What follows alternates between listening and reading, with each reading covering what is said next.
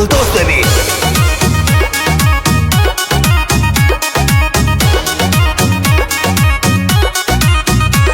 तू गुंडागर्दी करेला तुमसे प्यार कइल बेकार भइल। 18 साल के रहली तो बे पहला FIR भइल।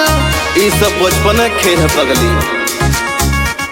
तू गुंडागर्दी करेला तुमसे प्यार कइल बेकार भइल। अरे 18 साल के रहली तो बे पहला FIR भइल। घरवालन के तू पसंद बड़ा मना करेले शादी से।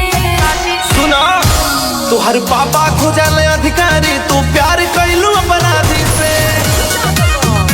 तुहर पापा खोजल सरकारी, तू प्यार कैलू अपराधी से।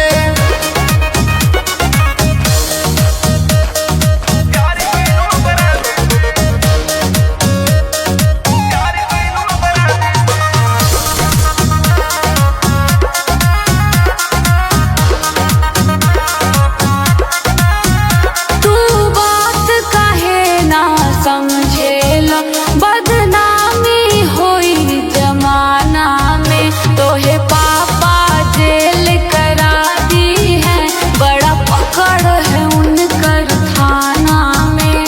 एक फोन पे सिस्टम चेंज करी, पैसा हमरे ही फेकल है। तू जेल के धमकी ने तो जाने, अरे जेल भी हमरा देखल है। हमके तोहरे ही चिंता बा, तू डरेला ना बर्बादी से।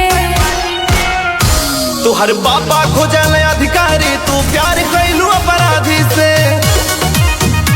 तुहर पापा खोजल सरकारी, तू प्यार कैलू अपराधी से।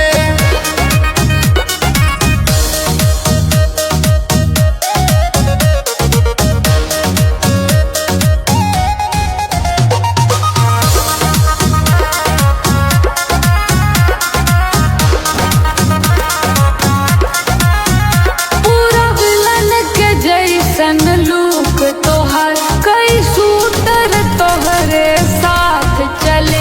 रोज खबर छपे अखबार में हो, हर मर्डर में तोहरे नाम चले।